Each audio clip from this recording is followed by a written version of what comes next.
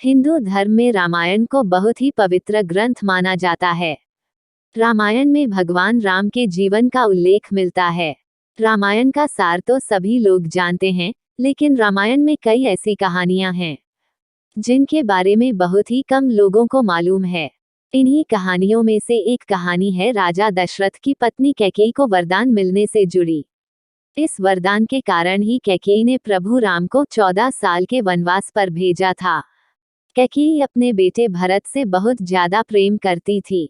उन्हें राम से बहुत सी आशाएं भी थीं। राजा दशरथ के विवाह के पहले कैकेयी महर्षि दुर्वासा की सेवा किया करती थीं। कैकेयी की सेवा से प्रसन्न होकर महर्षि दुर्वासा ने कैकेयी का एक हाथ वज्र का बना दिया था और आशीर्वाद दिया था कि भविष्य में भगवान तुम्हारी गोद में खेलेंगे। समय बीतता गया और कैकेयी का विवाह राजा दशरथ के साथ हुआ। कई सालों के बाद स्वर्ग में देवासुर संग्राम प्रारंभ हो गया। देवराज इंद्र ने राजा दशरथ को सहायता के लिए बुलाया। रानी कैकेयी भी महाराज की रक्षा के लिए सारथी बनकर देवासुर संग्राम में पहुंची थी। युद्ध के दौरान महाराज दशरथ के रथ के पहिए की कील निकल गई और रथ लड़खड़ाने लगा। ऐसे में कैकेयी ने कील की जगह अपनी उंगली लगा दी और महाराज की जान बचा ली। राजा दशरथ कैकेयी की युद्ध भूमि में साहस से बहुत प्रसन्न हुए और उन्हें 3 वरदान मांगने के लिए कहा। कैकेयी ने उस समय प्रेमवश कह दिया कि इसकी जरूरत नहीं है, अगर कभी जरूरत होगी तो मांग लूंगी। कैकेयी ने राजा दशरथ को इसी वरदान के जाल में फंसा लिया और राम के लिए 14 वर्ष का वनवास मांग लिया। लेकिन राम के लिए कैकेयी ने 14 वर्ष का वनवास ही क्यों मांगा? इसके पीछे कई अनेक राज हैं।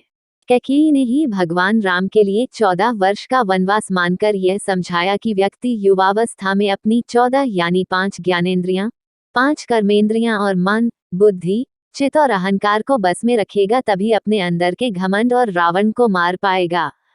जिस समय ये घटना अयोध्या में घट रही थी, उस समय रावण की आयु में केवल 14 वर्ष ही शेष बचे थे। ये बात कैकेयी जानती थी। ये घटना तो अयोध्या में घट रही थी, लेकिन इसकी योजना देवलोक में बनी थी। कैकेयी को राम पर भरोसा था, लेकिन दशरथ को नहीं, क्योंकि वह राम के साथ पुत्र मोह में बंधे हुए थे। भगवान राम श्री हरि विष्णु के अवतार थे। ये सारी योजना उन्हीं की बनाई हुई थी। इस योजना में भगवान राम ने सरस्वती से मंथरा की मति में अपनी योजना डलवाई। मंथरा ने कैकेयी को वही सब सुनाया और समझाया जो सरस्वती करवाना चाहती थी। इसके सूत्रधार स्वयं भगवान श्री हरि विष्णु थे। उन्होंने ही यह योजना तैयार की थी। कैकेयी यह जानती थी कि यदि राम अयोध्या के राजा बन गए तो रावण का वध नहीं होगा। इसके लिए वन में तप करना जरूरी था। कैकेयी चाहती थी कि राम केवल अयोध्या के ही सम्राट न बने रह जाएं, वह विश्व के समस्त प्राणियों के हृदय के सम्राट बने। इसके लिए राम को अपनी समस्त शोधित इंद्रियों और अंतःकरण को तप के द्वारा सिद्ध करना होगा।